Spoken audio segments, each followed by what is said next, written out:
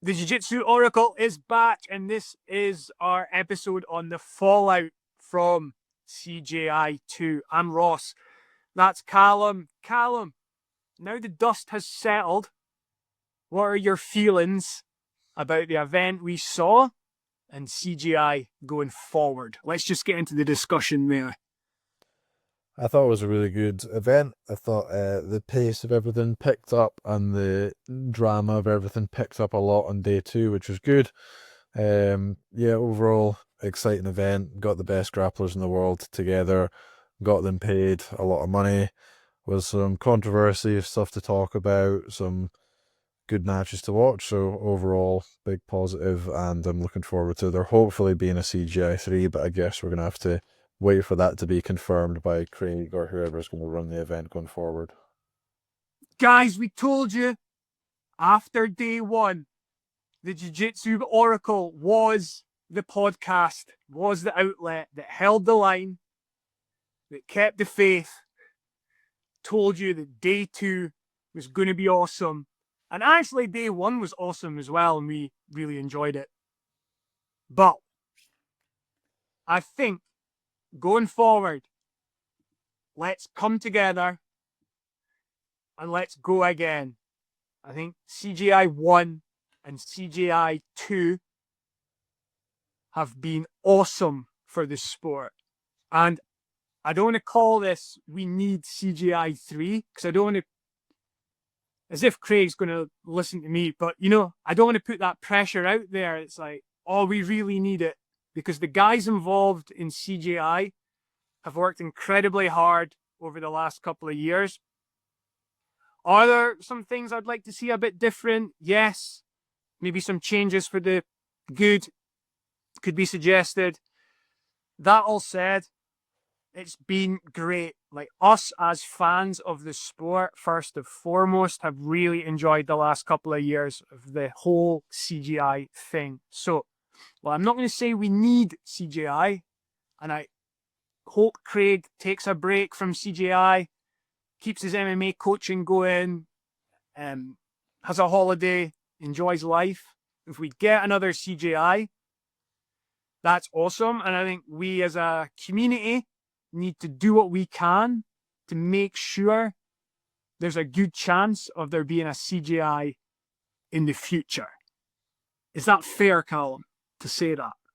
Yeah, I think so. I think a lot was made on social media after there's a lot of complaints, and then there was the other side of things with people saying that, people are complaining a lot, but this is by far the biggest event jiu-jitsu ever had and the most opportunity for athletes to get paid. I think they put out a statistic that like the amount that athletes in jiu-jitsu were paid as a whole from like the 90s up until present compared to CGI, it was like not much difference, so like CGI of what they've paid out in the last couple of years is like almost equal to all the pay that like every jiu-jitsu athlete's had in the history of competitive jiu-jitsu. And then people are still, finding ways to complain about it and complain about the show, even though it's the best thing we've had yet. So I think, yeah, we should be grateful for what we got and hope for another one. I'm not adverse to some suggestions of improvements, etc. We ourselves do that on here. But through this process, I've realized that it's very important to keep those suggestions in the context of being grateful that we have what we have. I think it's really interesting to see some people coming out, making comments, and then when the situation's further discussed and explained, they maybe change their opinion. So I'm thinking of, and again, not having a go at Kendall Rusing for coming out and saying she thought the women's competition could be different, basically. But after she read some posts elsewhere, she seems to have changed her opinion and said that. So I think credit to that. And I think more people need to be aware of putting stuff out there, how it comes across and the effect it can have. So what I want to do with the Oracle, Calum, before you come back in, It's just, well, I'm not saying we have to be solely positive, and I think criticisms are valid if said in the best way possible with the best intentions. If we can keep this as a sort of jiu-jitsu positive community on here, then I think that's really useful for the sport. But it looks like you were going to come in, so I'll give the floor to you. Yeah, I was just going to come in with the point that comparison is the thief of joy. So when you had women that were winning ADCC in the past getting $6,000, and now in this competition they're getting 100,000, nearly a 20x increase, but then you're then looking at other people and comparing that, that's when you start to kind of like sour the positive movement that's been made towards what you're getting in the women's division. You know, not to say that it's completely wrong to like compare, but like it does take away from whatever you get. You know, it's like you can be given the best things in life, and then you look at your neighbor over the fence and he's got that one thing a little bit better, and then you're envious of him, and there's no need for it. Like, just be happy with like the progress that you're getting, you know? Yeah. So fingers crossed we get CJI 3. If we do get CJI 3, we may have a podcast in the future where we talk about some things we'd like to see in CJI that were different to CJI 2 and 1, having learned from previous events. And if you've got things you want to see different, that's fine. And get in the comments and let us know. But I just want to put it out there that I want to try and keep positivity around the event. I think it's too easy post-event to just jump in and say, this should be better, that should be better, this should be different. Like, it's not helpful. So we have our hopes for CJI 3. Let's just go back to CJI 2 a little bit. And this podcast isn't going to be one that starts pouring over all the things that happened across the weekend, because we've already done that podcast. And I think after doing that podcast, all I have read and seen since then has not swayed my opinion upon what we said in our post-day 2 podcast about how we view the event. Are you in the same place, Calum? Have you changed anything since then? No, I don't think so. There's obviously been a lot of debate about, you know, the result, and then about things that we just spoke about with like the pay of certain athletes and not as much for others. But yeah, I don't think it's really changed my opinion of what I thought straight after the event. Good. So if you don't know what we said straight after the event, go back to the Jiu-Jitsu Oracle and click on that podcast and you will hear it. What we're going to say after this event is some considerations over matches we'd like to see going forward, who we think has stock that has gone up, and maybe who we think has stock that has gone down slightly, although we're going to contextualize that. And before we get into it, what I want to say is, we're not on a go at any athlete, but this is a sports talk podcast. It comes off the back of Calum and I being fans of sports talk TV shows and radio shows in America. I think it's fair to say what we think about athlete performance, etc., in the context of what we saw and in the context of their careers. And it happens in other sports, and we're trying to have a platform where it happens in jiu-jitsu. So that's why we're going to chat about that before you get into thinking like we're having a go at anyone. It's all going to be contextualized. Now I want to just talk about some athletes who I think come out of the event looking a bit better than when they went in, and maybe some athletes that came out of the event and you're thinking, I'd have liked to have seen a bit more from them. Kind of, you know, hoping they come out and offer a bit more in the future. Here's maybe where that could happen. So stock up, stock down, and then some matches we'd like to see. So first off, Calum, who do you think coming out of CJI 2 has stock that went up? Yeah, I think Taylor Pearman's stock went up. Obviously, there was controversy around his tap, but I think even if you take that out of the equation, he was still giving up about 10 kilos to Giancarlo Bodoni in that match, and like it was very competitive. Didn't look like Giancarlo was getting close to passing the guard at all. I think Taylor had more attempts, and then, you know, you obviously had a deep attempt in the leg that I think most people consider to be a tap on the two-time ADCC champion that outweighed him by 10 kilos. So I definitely think his stock goes up. And then in his second match, the guy that he went against, Dorian, I think his stock went up as well. A few of his matches, he went up against someone that had like just submitted someone, so you have to take that into consideration because like they were obviously a little bit spent, but both those guys were bigger as well in Taylor Pearman and Felipe, and he looked very, very dominant in those matches. Looked pretty dominant in his match against Ethan as well, so I think his stock definitely rises coming out of the event as well. Go through some other people. I think Owen Jones been able to contend with Kynan for a full 8 minutes, not get his guard passed, not get scored on, not get submitted, especially within the context of the event. That's all he really needed to do as the lighter guy on Team Europe, taking out the debatably best guy in the Atos team. I think that, let's have a look at who else is in the event. Kenta. Yeah, Let's say Kenta. Yeah, Yeah, go on. Kenta, definitely. So, he took Nicky Rod off the board, drawing with him, and then Ted Platney, he not only got the draw with Nicky Rod, like was incredibly competitive with Nicky Rod. Yeah. Can we just? You've got another one you want to bring in, but there's going to be a few side issues that we bring in. Can we talk about injuries while we're mentioning Nicky Rod? Injuries / illness going into an event. So post-event, we've heard that Joe Chen was suffering from a hip problem, and Nicky Rod had staph just prior to the event. So that's info that came out via the latest Simple Man podcast that I saw, just to reference it.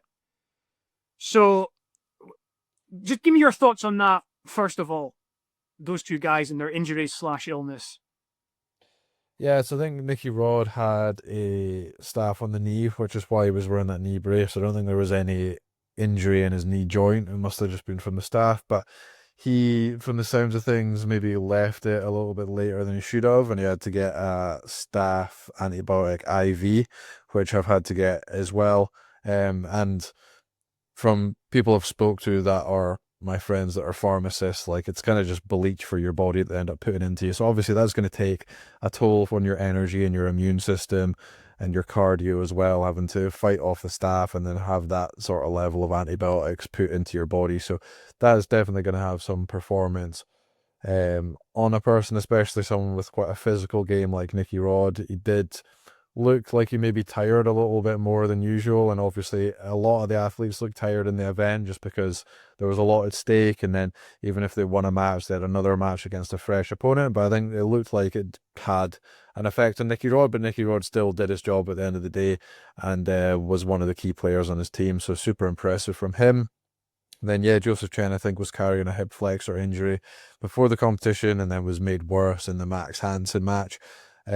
Myself, as well as others, thought that he maybe was lacking a little bit of like ability to move up a gear as far as pace, but that explains why that might have been the case very well.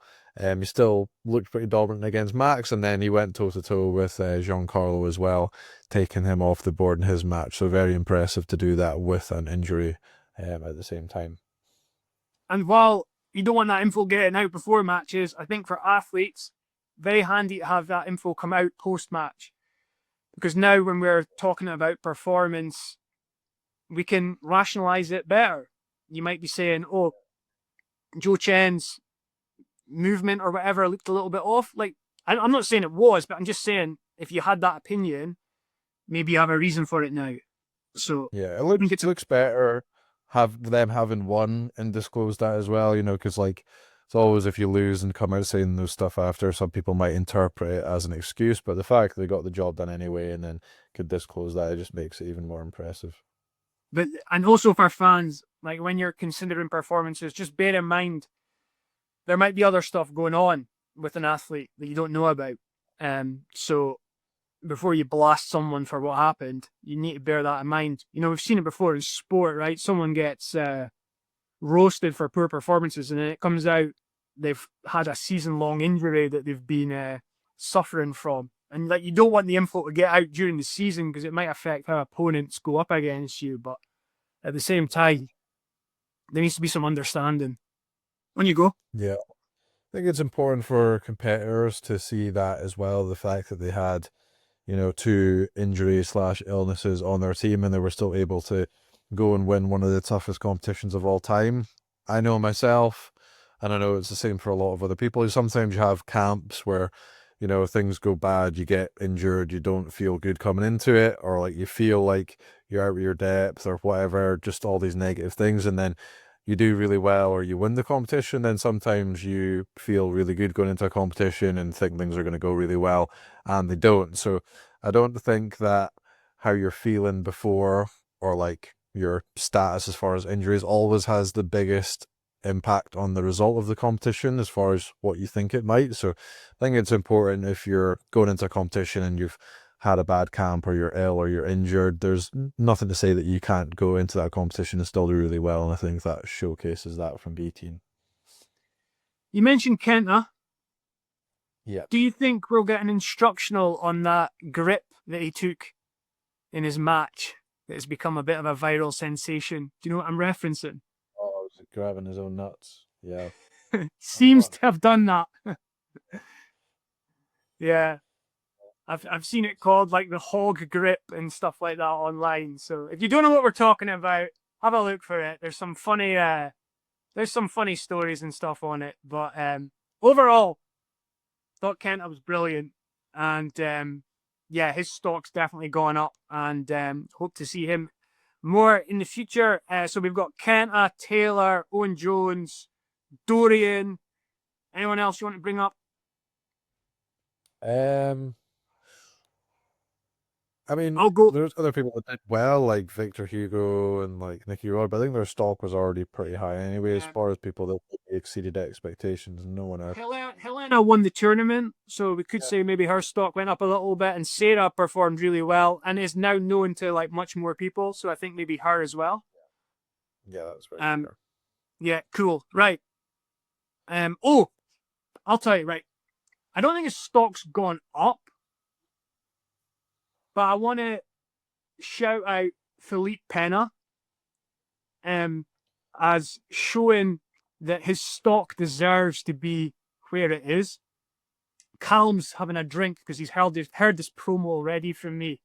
But like, Felipe Pena, that win over Luke Griffith, I know he had a hard time against Dorian after it. I think on that, just on all the guys that won by sub, they had a tough time in their next match. So I think we now know going forward in like CJI, when if there is ever a quintet style tournament again, when you have like elite guys going against elite guys, and not necessarily like quintet that's happened before, where maybe like someone can run 2 or 3 guys, but there is a variability in skill level. They set the guys after they won their first match, like they had a tough time in the next match. I think the only guy that didn't was Victor Hugo after submitting Fabricio Andre, but then he had Bilal in the second match, and Bilal was compromised with his foot injury. So, but like Felipe Pena just came out, got it done for his team, and we're talking about a guy who I think when we look back at the era of Gordon Ryan, we'll see Felipe Pena went 2-2 with Gordon in matches, submitted Gordon, beat him again on points, lost to Gordon. What was it? The day after his close friend Leandro Lowe died in a match that was no time limit, but went 40 minutes, and Philippe called it a day. That's me going off memory. Apologies if I'm misremembering anything there, but and then went against Gordon again at ADCC when he didn't have to. It was in a special super fight. Philippe already had that winning record going into the match, had competed in his weight class, and then he went in and got injured in the first match, went against Gordon again, narrowly lost on a takedown that he initiated and lost on points. They're split 2-2. Gordon proclaims himself as being the GOAT. Calum, I think that's a debate we need to come back to in future episodes of the Jiu-Jitsu-Oracle, because I still don't think we've had that chat around about Gordon and Marcelo and Roger, etc. But yeah. Felipe Pena's awesome. I just want to put it out there and keep that thought in people's minds and how good he is. And to still be at the top of the game, to have beaten Luke ADCC, who's like the up-and-comer, to have beaten him again at CJI 2, man, just says so much about him. So and he's done it in the gi before as well. So, yeah, that promo's been now delivered to Calum for the second time today, but I just wanted to put it out there for everyone else. Any other stock ups, and then we can maybe talk about a couple of matches we want to see involving these guys. I think within the context of this kind of competition, if people are picking people in the future, Wagner Hocha is a very good pick, just because, you know, he's not going to be a guy to go out and take out a bunch of the guys on the other team, but he's shown his capability to take out like a really good guy on the other team, like he did with Kynan and Victor Hugo, you know. So those kind of guys that you need to take out one of the top guys on the other team, I think Wagner is one of the very best picks for that. I want to say credit to Ethan Crownston for doing his stopper job against Declan Moody. I think these stoppers like Ethan there and Wagner, you need a stopper that can do it across weight class, because it sounds from listening to Nicky Ryan and Damian Anderson talking post-match that their strategy was to try and create a mismatch across the 5 matches where they'd have a big guy, say Victor Hugo or Nicky Rod, going against a much lighter guy who they think they can definitely submit, and then to avoid mismatches at all costs. And the thing about Wagner is he was able to go in 2 weight classes down against Victor Hugo and take Victor Hugo out and not lose a 10-8 round, only lose 10-9. So it's finding these guys that are out there that can be stoppers. Like, again, Ethan did it. Ethan at the lightest weight class, and Declan way up there. You know, having these guys that can do it across like 2 or 3 weight classes. Owen Jones. These guys are super valuable in a quintet format, and I think you need them in your team, because then if the other guys try and create a mismatch situation, Atos probably went into that pretty happy. They're like, oh, this is nice. It's ended up Kane against Owen Jones. Like, we should have an advantage here. And it really didn't play out like that. So yeah, good point, Calum. Let's just give me rapid fire matches you want to see for a couple of guys we mentioned. So let's go for Dorian. I think Dorian versus Owen Jones would be good. Dorian versus DeAndre Corby would be good. And the thing with Dorian, because he's shown his ability to compete across weight classes, it's like you can't even really confine him to guys within his weight class. You could literally pick anyone that's done the event, and it looks like he would give them a pretty good run. So just more Dorian matches in general, I think, would be pretty good to watch. Levi James Day would be a good one as well, just with his style of passing versus Levi's guard. Oh, and the style of Levi's guard, because I listened to Taylor Pearman talk post-event, and he said it's really, really difficult if you play on your back against Dorian's style of passing. Like, in hindsight, he's thinking playing seated guard against Dorian is a better way to go. He said, again, go and listen to Taylor's podcast with Charles on the Charles Owen platform, I think it was, that he explains the situation guard v Dorian. I just thought it was a really interesting insight. And again, Levi playing off his back could be an interesting situation. So that's all I wanted to add to it. I think we could, if that match does happen, we'll get more into the possibilities, because I saw Calum's eyes starting to move as I brought it up, so I could see he's already considering it. Yes, anyone else at under 66? So we've talked about like Dorian and DeAndre and Owen Jones, and it'd be cool to see them all have matches with each other. Anyone else in and around that lightweight class you want to shout out? And then we'll maybe move up one. Yeah, Fabrizio versus Dorian would be really good as well. I think Fabrizio would be, you know, one of the more likely ones at that weight to be able to give him a run for his money on the feet. And I think that's where the match would really play out. I think even if Fabrizio got taken down, you know, his ability to move quickly and do things could give some issues to Dorian as well. Yeah, that judo style of Fabrizio being able to counter initiations from Dorian would be interesting. Okay, let's just go up one. So Kenta, anyone for him? I think him versus DeAndre as well. They've both got like a good wrestling base on the feet, good control style game. So I think that would be pretty good to see. Um, We want scraps with Kent. yeah, Dog yeah. I battles. mean, we've seen him against some of the guys like Mika. And to be honest, like the form of Kenta versus the form of Mika feels like if that match were to happen at the weekend, it would have been a lot closer than their first match. So maybe it needs to happen again. I'm not sure. I think Kenta versus like Andrew Tackett could be really interesting, but Andrew's obviously signed with UFC, so we'll have to see if that can happen or not. Oh, right. So just to give you some thought, next guy I'll ask you about is Taylor Pearman. Just on the UFC thing, I've come to the realization that I am fine with athletes being signed to one or WNO or UFC and having their matches through the season. To me, it doesn't matter so much who they're up against on those shows. Just hopefully it's interesting matches to watch. From a stylistic perspective, but I like a bit of hype around it as well.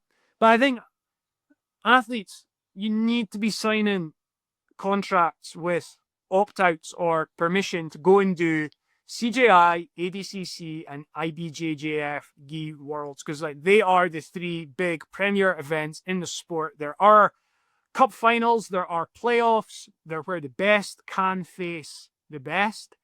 And I'm kind of fine with guys having a sort of regular season in their promotion, like Andrew Tackett going up against guys in UFC BJJ. But like, I so hope Andrew is permitted to go and do a CJI or an ADCC. And he's not going to go and do IBJJF Worlds, I don't think. But an athlete who's in that position, hopefully they can go and do that GI tournament as well, because like these are the big events that stand above. And like you're saying, I hope Kenta doesn't sign an exclusive contract to get a match with someone like Andrew Tackett that could take him away from CJI, you know? I hope if that match happens, it's in a way that both guys can, go and compete for whoever they want to compete through the season. But if it's a big match somewhere, it happens on that platform. Both athletes are permitted to do it. I think it's good that these things exist for athletes to get paid, like UFC and ONE and WNO. But we need these big overarching events for the good of the sport and the good of the athletes, the good of the fans. We need them to happen. So I just wanted that as like a little bit of an aside, because like that was a little promo that was sat inside me, and you kind of like said something that triggered it in a positive way. Right? So yeah, Pearman, who do you want for Taylor? I think the rematch with Giancarlo, I don't know what the motivation for Giancarlo would be, because he's a two-time champion. Taylor's not made it past the first round of trials. He's also lighter than him. He's not that big of a name. Maybe he would want it for redemption, but I would like to see that match play out again. Taylor's a very light 88. I think he weighed in at 83 for the event, even though he could have weighed up to 99. So I think that shows you he's really not that big, even for 88. So could see him against some of the 77 guys as well. So maybe someone like Levi. I know he's trained with Levi before. Maybe someone like PJ Barch. I think any of those guys at 77 as well would be good, interesting matchups. And it kind of depends what you're wanting from Taylor. So you could have a match like that, or you could have a match where he goes up against Chris Wojcik or Lucas Kennard, and we get like a leg lock battle at the top end of leg lock battlers. So plenty of options out there for Taylor. What about some heavyweight action? Maybe Pena against Nicky Rod again. Victor Hugo. What do you think? Victor Hugo versus Kainen. I don't think we've seen them compete in Nogi as far as I remember. They have definitely competed in the gi, but yeah, I think we've spoke about so many times like how in Gordon's absence there's no clear best heavyweight in the world, because they all just seem to win and lose against each other all the time. So some sort of tournament with them all in, or like a round robin, would be really good if someone was able to organize and put that together. Like if who's number one can do like a heavyweight belt and get all these guys invited to compete, that would be really good. What's the other tournament you're still pining for? The 77/80 kilo one as well. With And who would you have in that? Got to the set, CJI. Yeah. So who's in that? Pretty big field, right? Yeah, I mean, Matolos, Mika, Levi, Andrew Tackett, DeAndre Corby, can have Taylor in there, McTavish, Szynski, Joe Chen. Yeah, there's PJ Barge. There's so many guys you can stick in there. That's wild. CGI 3. There you go. Just put that on. Yeah. Hot fresh. Okay. There's some matches we like to see. Oh, stock up, stock down.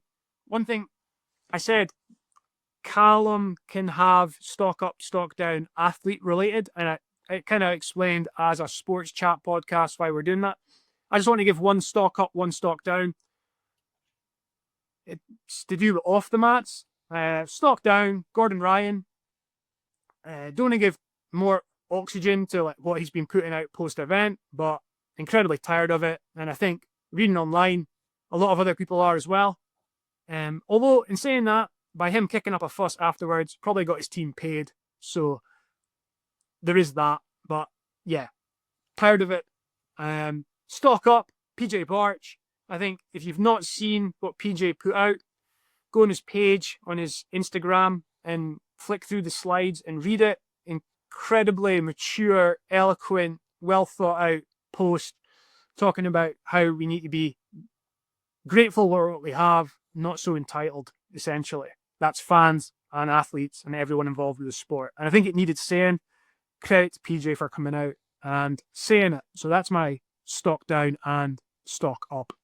And it was the vibe we try to give post day one on CJI, Calum. Trying to say, let's keep the positivity up, guys. This event is amazing. Enjoy it, embrace it.